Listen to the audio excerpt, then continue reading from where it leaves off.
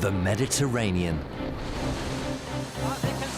Destination of wildlife filmmaker Thomas Behrend, and home to animals you wouldn't expect to find here. Come closer to the boat! Here! Come on the boat, quickly!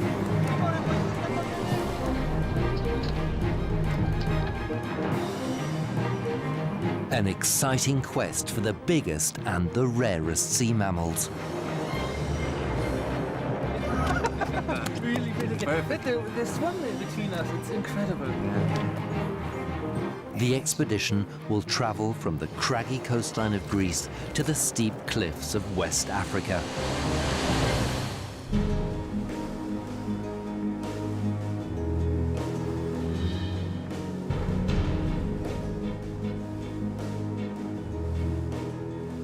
With a team of top experts in sea mammals, Thomas Behrend is on his way along the cliffy coast of Greece.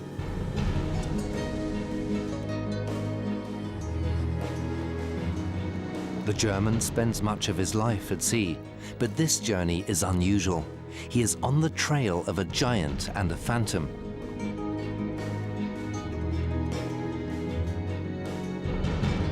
"6 million years ago, the Mediterranean was still dry. It wasn't until it became a sea that marine animals moved into it from the Atlantic via the Straits of Gibraltar.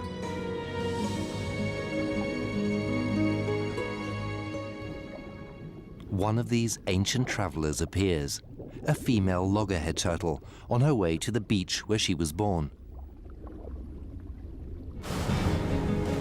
The research vessel Nereus. On board, Thomas Behrend and Greece's leading expert on sperm whales, Alexandros Francis. Their goal is to document the secret life of these Mediterranean giants.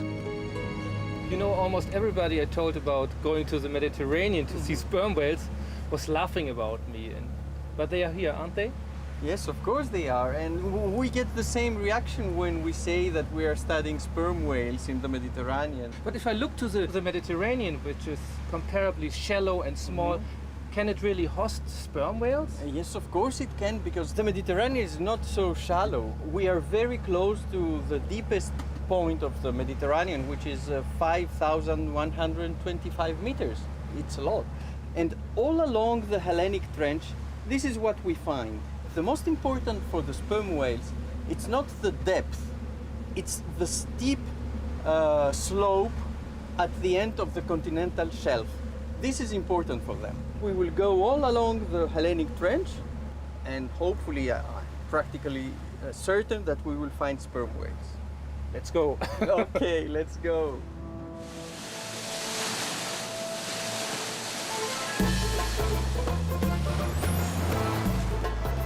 It doesn't take long to find the first signs of life. The expedition encounters the most common sea mammals of the Mediterranean, a school of dolphins, including calves. Although baby dolphins are suckled by their mothers for the first year, they have to swim with a pod as soon as they are born.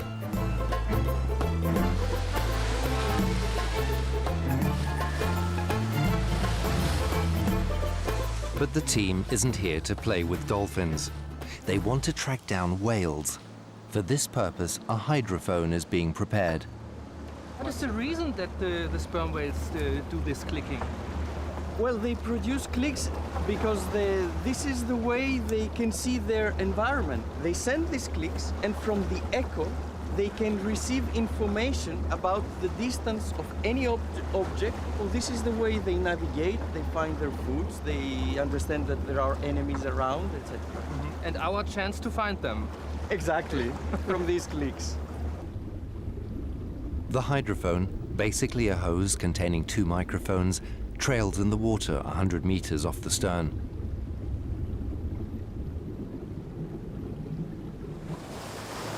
But today, the gods seem to be against them. Alexandros is steering a zigzag course, constantly veering this way and that. Alexander, why did we move like this? Is there any reason? We have this search pattern here. Oh yes, today it wasn't easy, and this is because we heard them ahead. But ahead means at almost 180 degrees ahead of the boat. So we don't know if they are really ahead, at the left, or at the right. And we should check all these possibilities. And any sperm whale clicks? But I just start hearing some faint clicks far away. Yes, definitely. We have sperm whales ahead. Είμαστε πια πολύ κοντά, παρατηρείτε. Alexandros instructs the crew to keep their eyes open. Spotting whale spouts on such a vast expanse of water takes a lot of experience. Below ahead, 2 whales appear at the surface. Sperm whales? They jumped up over. It's the filmmaker's lucky day. Our first sperm whale. Just 2 hours on the sea and already have the sperm whale. Oh, do you think we can try to go in the water with them? Yeah. If this goes on for a few more minutes, it could be a nice opportunity to try a first dive. Alexandros won't permit diving until the whales have got used to the boat. You can start preparing. It's the perfect moment. But the animals are just not cooperating and disappear. Are the whales close again? If the tail fin appears, the whale is hunting for squid. It won't turn up for another half hour, and where exactly, only the whale knows. But they go down. They don't like it.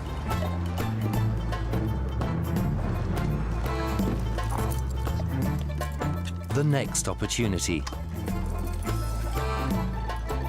But behind Thomas's back, the whales are doing as they please. Oh no! They dive again, huh? That's it. Okay. Too late. An everyday story for a wildlife filmmaker. Some days later, the craggy coastline of Greece. Stretching over thousands of kilometers, it's the ideal habitat for the monk seal. So rare, it could almost be described as a phantom. Thomas hopes to find the animal with the help of Vasilis Kouroutos, the Greek leading expert on monk seals. But it's a game of luck, especially in the spring. The best chances are in autumn, during late September, October, November, because at that time the mothers give birth to their pups, and as they are really good mothers and they have to stay with their pups, they spend much time inside their shelters nursing the pups, so we have many more chances to see them than now. And if I would go into the water right now, and do I have any chance to film? No chances, no chances. It's like a needle in a barn.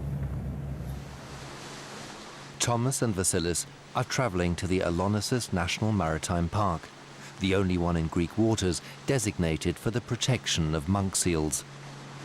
They want to install a remote-controlled camera in a cave visited periodically by seals.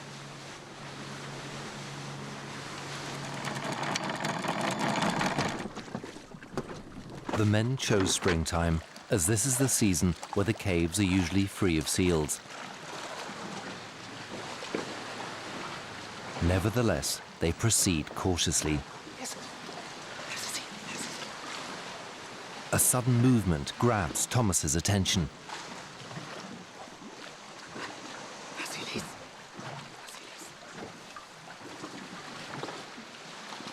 He makes a surprising discovery.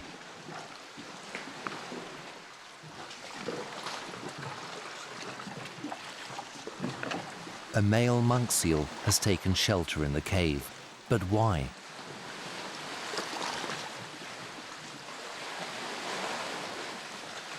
Vasilis is worried and looks for clues in the seal's behavior.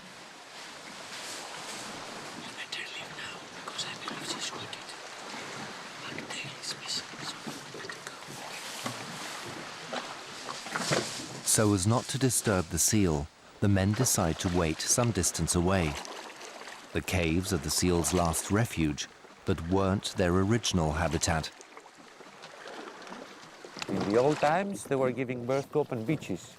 But now, due to the change of the habitat, because they were pushed, let's say, from the human disturbance to change their way of life, now they give birth to inside caves, which are very unsafe, unsuitable for the babies, because in case of stormy weather, then the waves are crashing into the caves and the baby might drown. But if it was born on a beach, then in case of stormy weather, as you understand, it would just go further up to the beach and no harm, nothing, it will be safe. The next morning begins with a dive into the fascinating world inhabited by the seals. Thomas soon finds the entrance to a cave. It's a dark world, but full of life.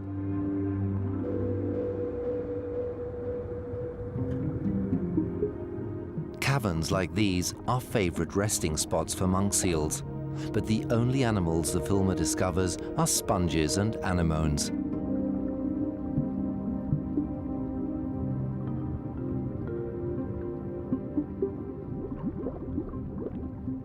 A slipper lobster hides in the darkness, a delicacy for humans and monk seals alike. The beam of Thomas's torch picks out shrimp clustered together at the far end of the cave. A forked hake seizes its chance.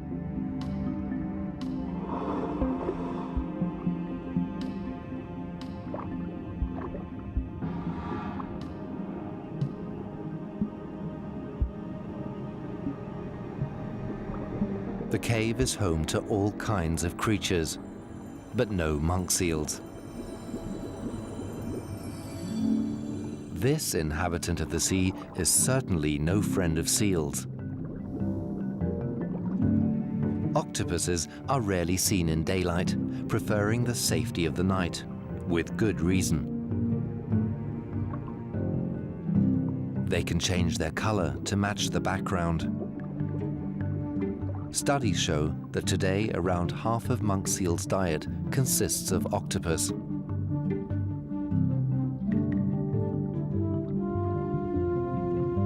Fish, the normal diet of seals, is hard to find because the Mediterranean has been practically fished to death.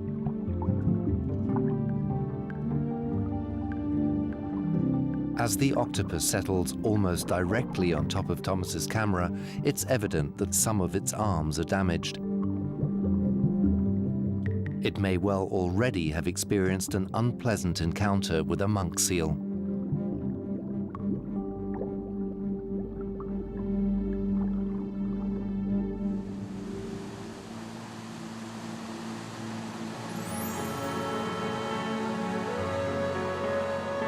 At sunset, the expedition leaves the island to spend the night in a small port. Idyllic appearances can be deceptive.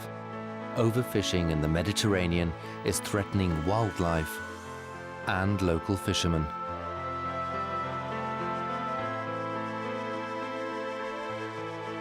Many species are being driven towards extinction. But there is still hope. New life will emerge tonight. The new arrivals are loggerhead turtles. A dangerous journey awaits the tiny amphibians.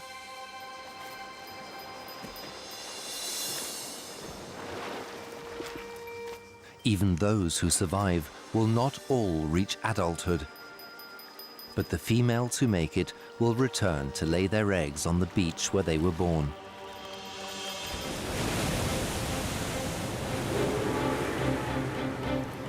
After the run of bad luck with the sperm whales, Thomas and Alexandros decide to try a different whale territory.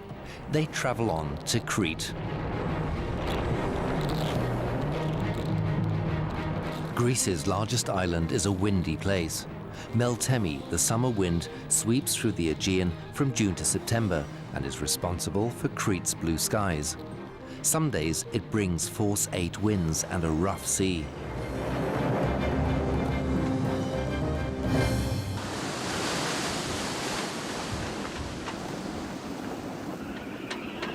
For the next few days, the crew is stuck in port.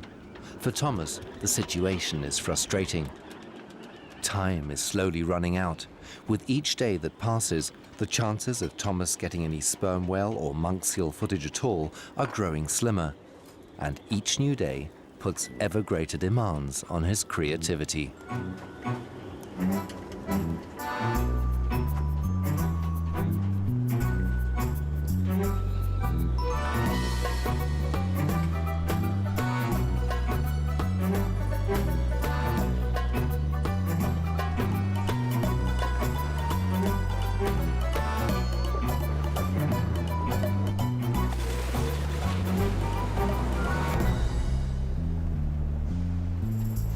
Back to reality. Giant squid is the favorite food of sperm whales, but the sea around Greece is too salty for them. So what are these whales hunting? Thomas hopes to find the answer at the local fish market.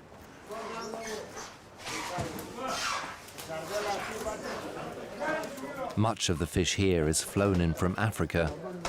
The overfished Mediterranean can no longer meet the needs of the many tourists.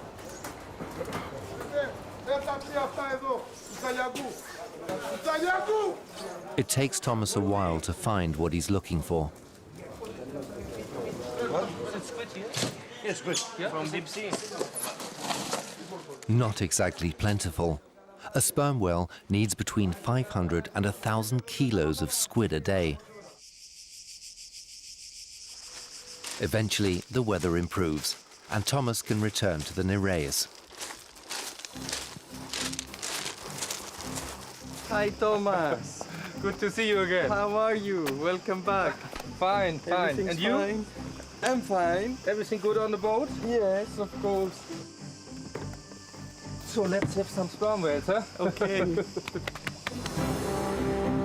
Will the team be any more successful this time? Alexandros has been on research trips during which he didn't see a sperm whale for 3 weeks. Today, however, luck is on their side, and they encounter their first group of whales in the morning. This time, the whales are more trusting. They don't flee and even show an interest in the ship.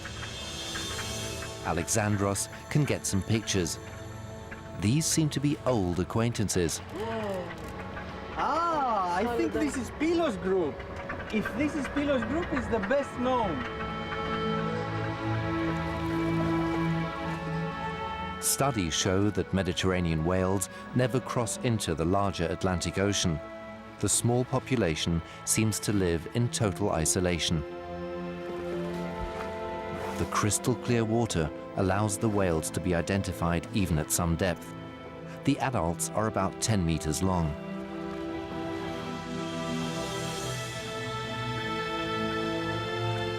Almost the whole group has dived, leaving only 2 whales on the surface. These are a calf and a juvenile, probably, these 2 whales. Waiting at surface for the mother to return. But the baby will never be left alone, is that right? Well, it depends. It happens when we are for many hours with the whales and they are adapted to our presence. They leave sometimes the baby close to the boat and they go dive. Do they leave it and They are not trust afraid? us, actually. Ah, Yes, okay. yes. A major cause for the recent decline in sperm whales, they get entangled in high-sea drift nets used for catching swordfish.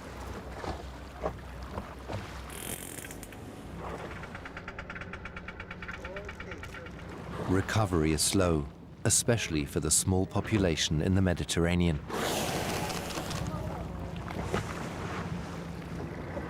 Alexandros, why do they try to stick out their head? How they are inspecting the boat, it's the only position where they can see stereoscopically with both eyes. They have 3D vision. Because of the big head, in all other directions, they can see either with one or with the other eye. So when they want to inspect something better, they stay like this and they look towards the lower jaw. Okay.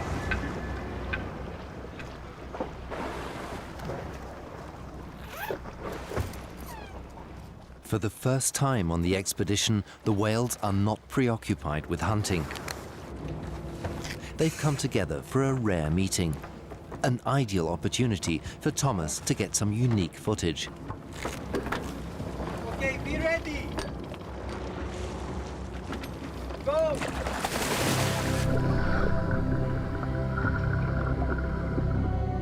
Diving among these gigantic creatures is a humbling experience.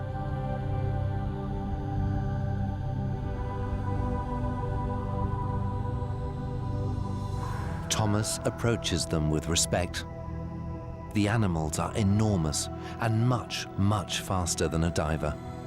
It would be the easiest thing in the world if they wanted to attack him.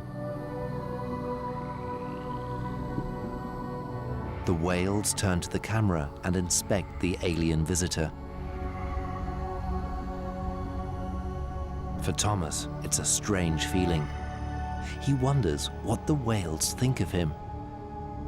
And will they just keep watching him, or is there going to be some other reaction?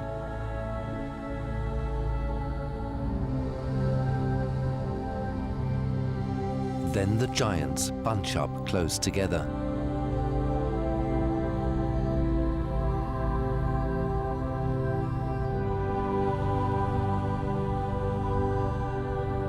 The behavior of whales is mysterious. Thomas doesn't know what they are communicating about. But he knows that in large males, 1/3 of the body length is used to produce sounds that pass through the huge nose, the world's largest biological sound generator. Still, very little is known about the way whales communicate.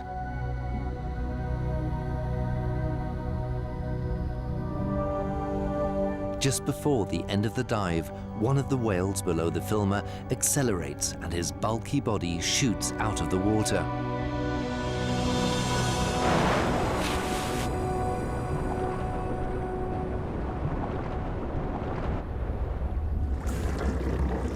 Yoo-hoo!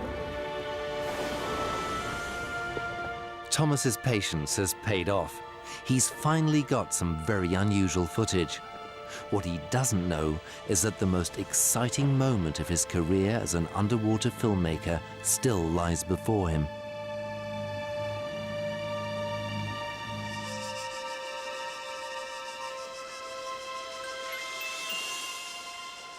A few days later, Thomas and Vasilis return to the cave where they saw the injured seal. There's no sign of it.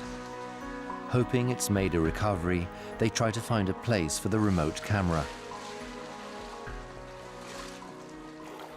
So, where do you think the mother will be? This rock you see over here, as we have high tide now, and this is submerged, the rock. Yeah. In September, October, it will be out of the water. So this area from over there all the way Here till down to there, it will be a space for the pups to lie down outside of the water. And the mothers will lie down around here. And some of them, if they want to go to a dark place, then they can use, you see it goes, the tunnel goes a bit further up, and then they can use this place. But to rest. do you think do they hide inside here? Or? No, they like to put their head into the darkest place of the cave. Ah, okay. You have to always keep in mind that during the storm, here things are much, much different. Oh, it's not easy. Finally, they find a sheltered spot, a slanting rock face behind the cave entrance.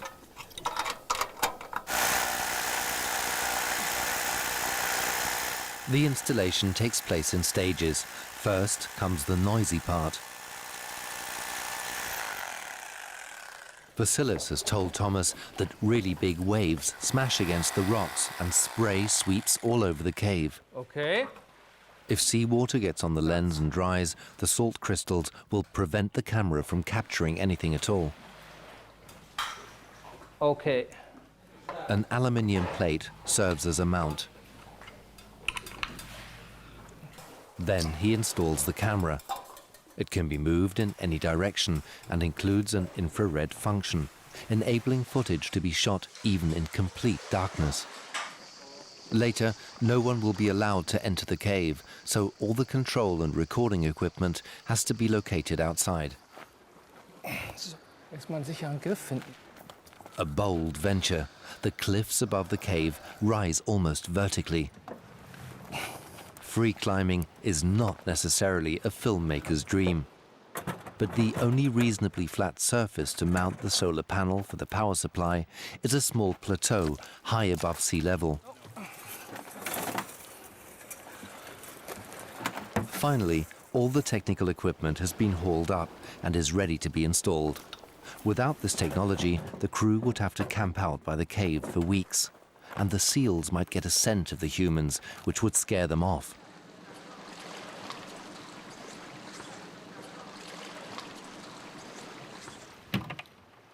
A specially programmed computer can store the pictures for several days. Thanks to the internet, the footage can also be sent anywhere in the world. As soon as there is any activity in the cave, Thomas will return.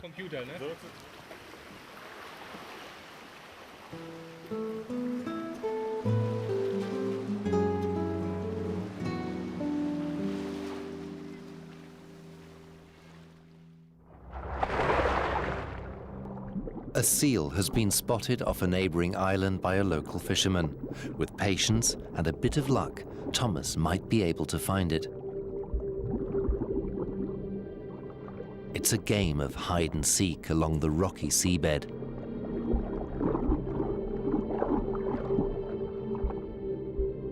Suddenly, there's a shadow. The phantom appears.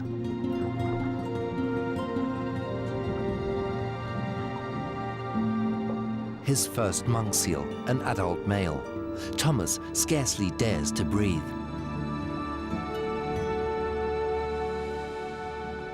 Should he follow the seal? It doesn't seem to feel threatened. What an opportunity. This is the footage he has so longed to get. It seems to be completely relaxed. But what do the sounds mean?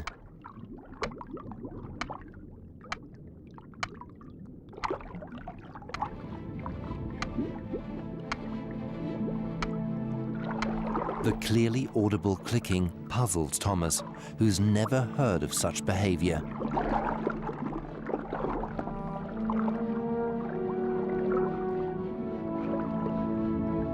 Curious, the seal approaches.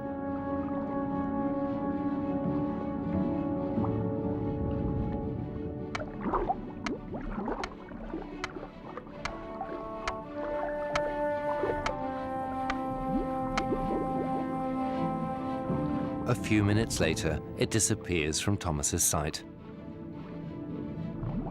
Not wanting to disturb the animal, the filmmaker decides to return to the boat.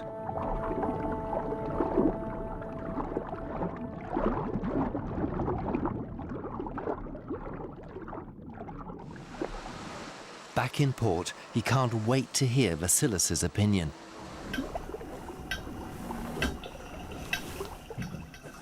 Well, that's very strange. So why did he do that? I don't really know.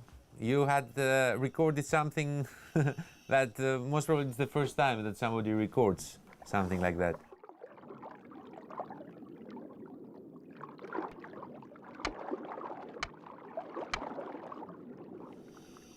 Showing off, calling something, maybe mating. It's not a hostile behavior, that's for sure. A new puzzle for us. I'm very glad to hear this. New puzzle for us. The behavior of monk seals still holds secrets, even for Vasilis. Back on Alexandros's boat, the Mediterranean is a busy place, especially if you work with a hydrophone. It's too noisy, too much noise. You hear the propellers? Yeah, you can listen. And this is all from this tanker ship there? Yeah, just from this boat, and you see where it is over there. sperm whales are becoming deaf. And the problem is that the collisions of vessels with sperm whales is increasing rapidly. Look here. All these are sperm whales. You can see the propeller marks. This They is are from the huge. propellers? Yeah.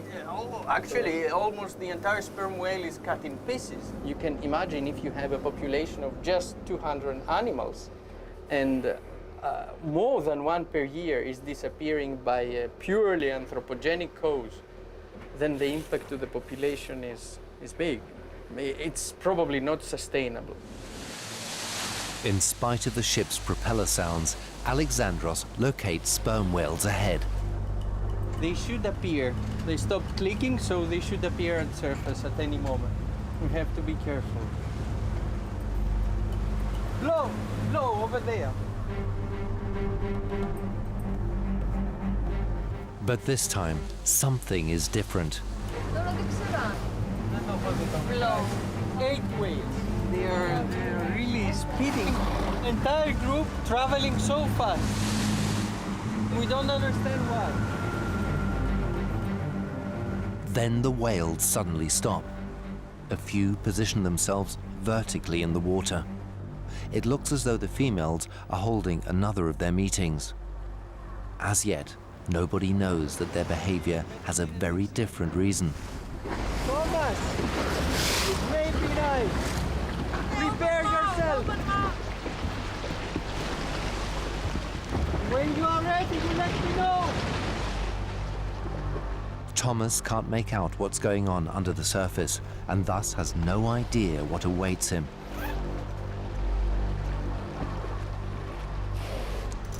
In a hurry, he prepares for diving. You can go. The moment the filmmaker has waited for weeks. The whales have never been so close to the boat and in such numbers. But the giants are busy. The last thing they seem to need at the moment is a paparazzo.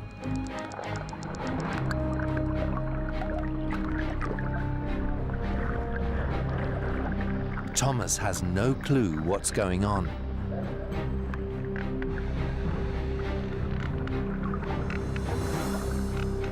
Unnoticed amongst the mass of gigantic grey bodies, a baby sperm whale has been born. Curious, it heads straight for the camera. Mother and aunt do not approve and begin to threaten the intruder.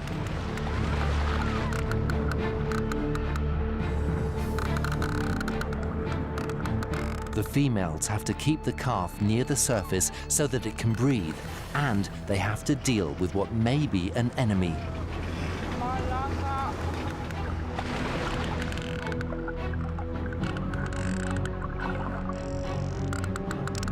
An aunt joins the mother. Her message is clear: back off.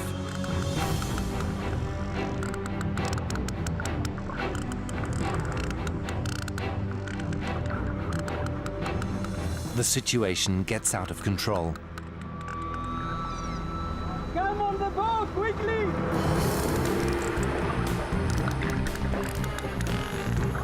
Thomas swims as fast as he can. But the whales are in hot pursuit of the cameraman.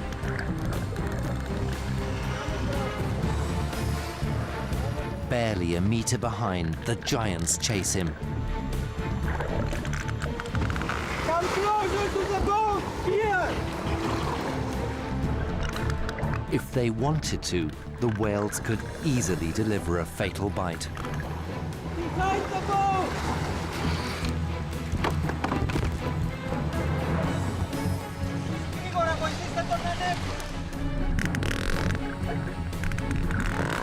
As the crew pulls Thomas out of the water, his camera keeps running. He is confused because it was a really nasty situation. Thomas says that one of the whales already had its teeth around his leg. Can you see the newborn that has the fin? Yes. In the middle, they are protecting it. Yeah. The whales didn't want to hurt Thomas. They just wanted to protect their new family member. Thomas never intended to disturb the whales. But after all the commotion, it was a lucky day for the expedition and the whales.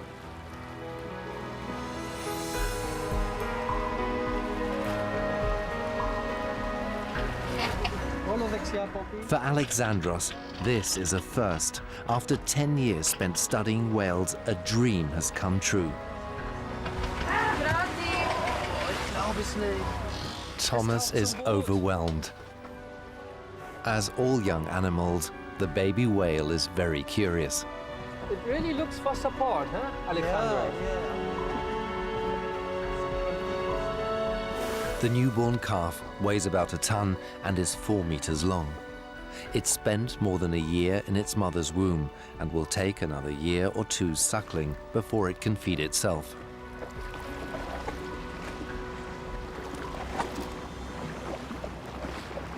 Thank you very much for this opportunity. It was really, it's really amazing. How is it for you? I mean, you've seen so many sperm whales. This is something unbelievable. 2 years ago, the same social unit gave a newborn, but it was 1 day old. And now it's 1 hour old or perhaps 10 minutes old. That's why they were running together, but because they understood one of them was going to give birth. Thomas! Thank you so much. Oh. But that was the most Amazing. exciting experience I ever had in my life. Yeah. The crew will soon take their leave of the whales. The turbulent events they've experienced in their search for the grey giants have forged strong bonds among the team members.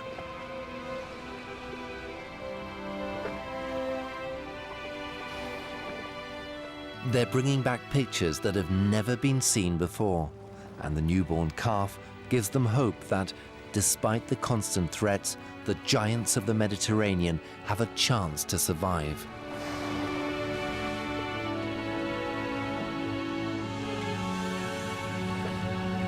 How big are the chances that the newborn is surviving? Here in the Mediterranean and in Greece, they have, I think, they have much more chances because there are much less predators.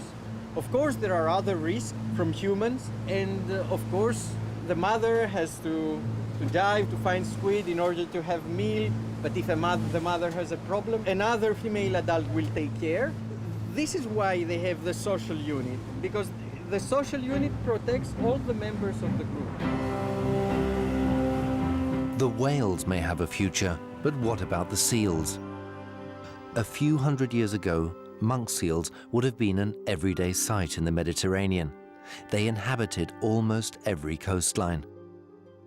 Today, a few animals live off the coasts of Greece and Turkey. Other than that, there is only one major area they can be found: the Western Sahara. What chances of survival do the monk seals of the Atlantic coast have? Before the birthing season begins in the Mediterranean, Thomas travels to West Africa.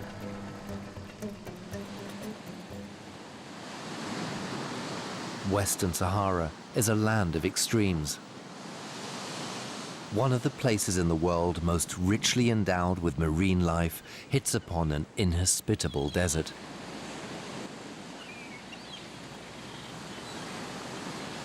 Since the 1990s, Spanish scientists have been conducting a successful program to protect monk seals.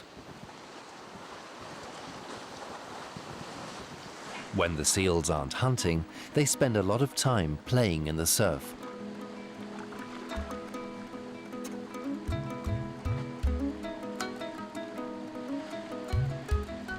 Close by, a mother and her pup, something Thomas would never see anywhere else.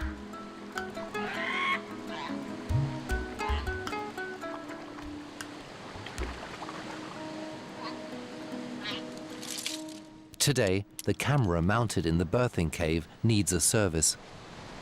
Upsiling down is an absolute exception.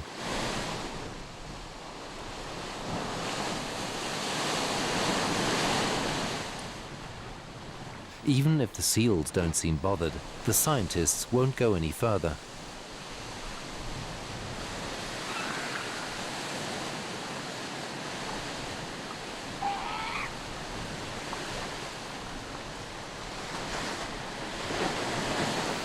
The interior of the cave is an extremely sensitive area. One glance inside reveals why. The beach offers the animals peace and shelter.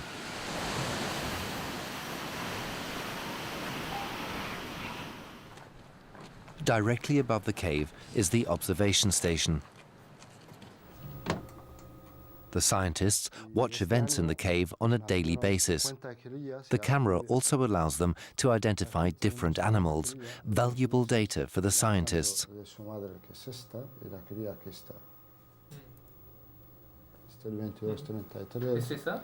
Now, in October, all eyes are on the newborn pups, and there's good news. 50 pups were born this year, more than at any time in the last 12 years. It seems that the population here is growing again, a hopeful sign for the colony.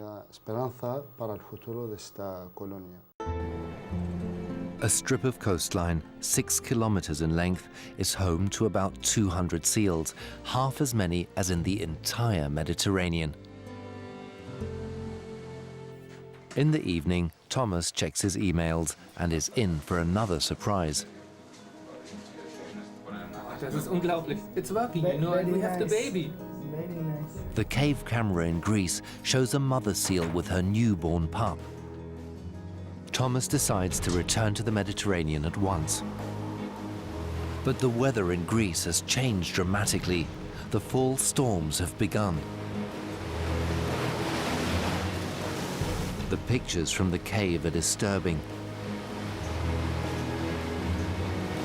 Did the pup manage to find shelter in the furthest corner of the cave, or has something terrible happened? As soon as the storm dies down, Thomas and Vasilis hurry to the cave.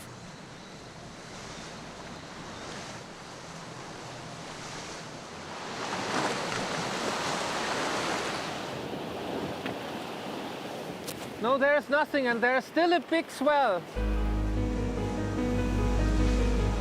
Vasilis is worried and keeps on searching. She knows, the mother knows, that it's much more safe for the animal. Now let's try to see if we can move here. Vasilis is still hopeful that the mother has taken her young one to another cave.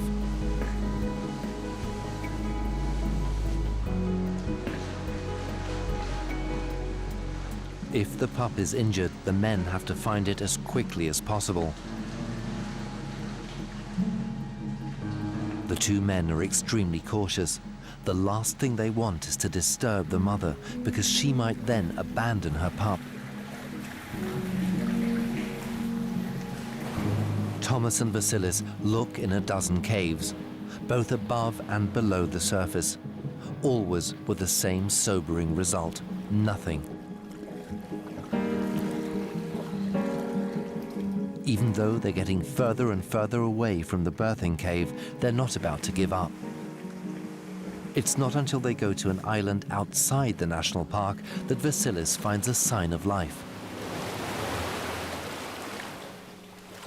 There is a track that leads all the way up, and it smells. That means they slept, the animal was sleeping here yesterday.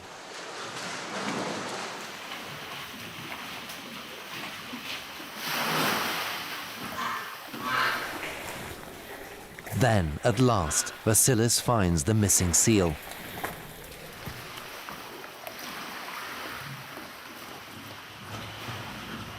It seems to be fine and shows no signs of injury.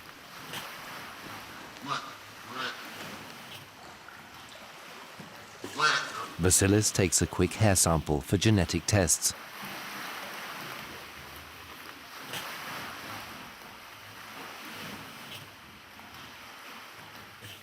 The pup doesn't feel a thing.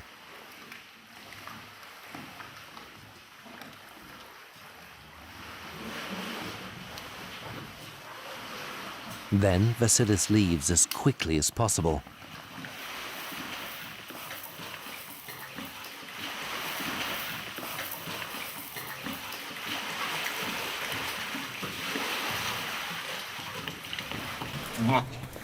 But the young one decides to follow him. A golden opportunity for the filmmaker. As long as the mother is away, Vasilis gives him permission to dive. Maybe the baby seal will take to the water.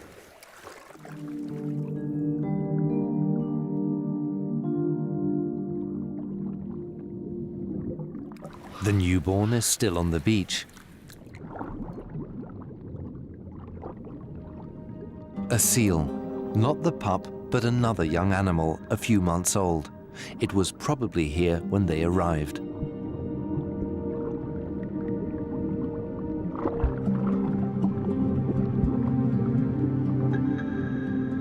Caves are often used by more than one mother seal. This allows for better protection for the young when the adults are off hunting.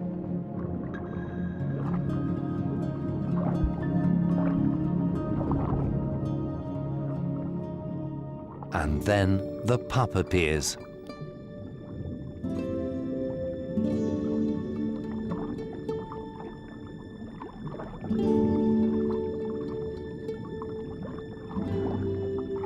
Unlike adults, the young are extremely curious. Playfully, they explore their surroundings, at the same time steadily increasing the length of time they can stay underwater.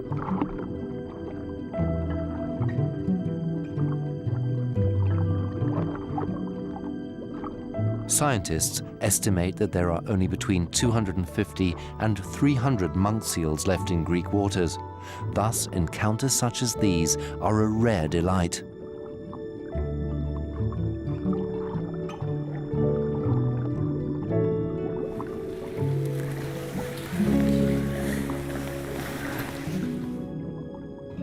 The pup is still young, and its mother will only leave it for an hour or two to go hunting. In a few weeks, it will be left to fend for itself for up to half a day at a time.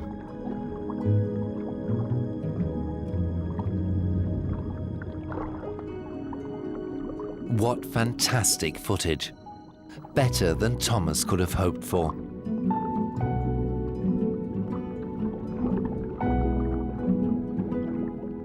The young male will grow to a length of about 2.5 meters and weigh roughly 300 kilos. The female will be a little shorter and lighter.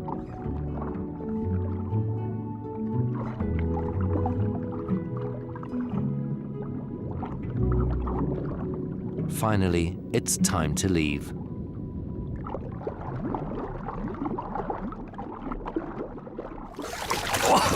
That was really stunning. Good, eh?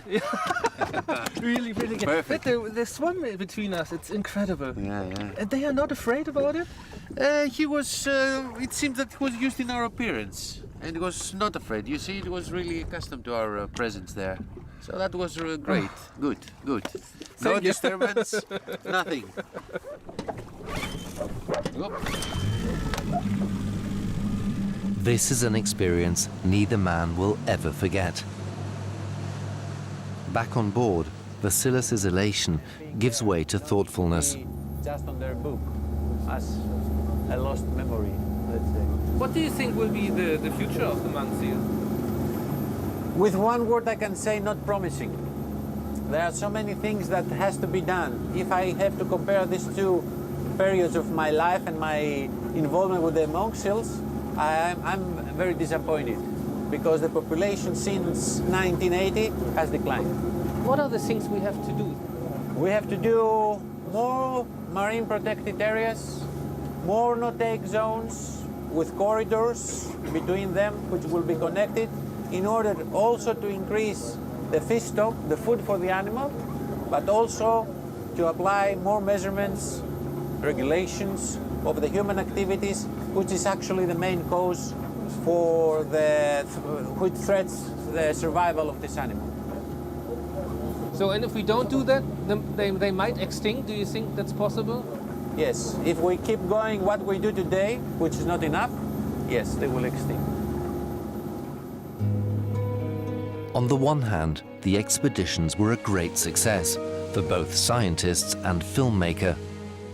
On the other hand, they show there's still a lot to be done to save the giant and the phantom of the Mediterranean.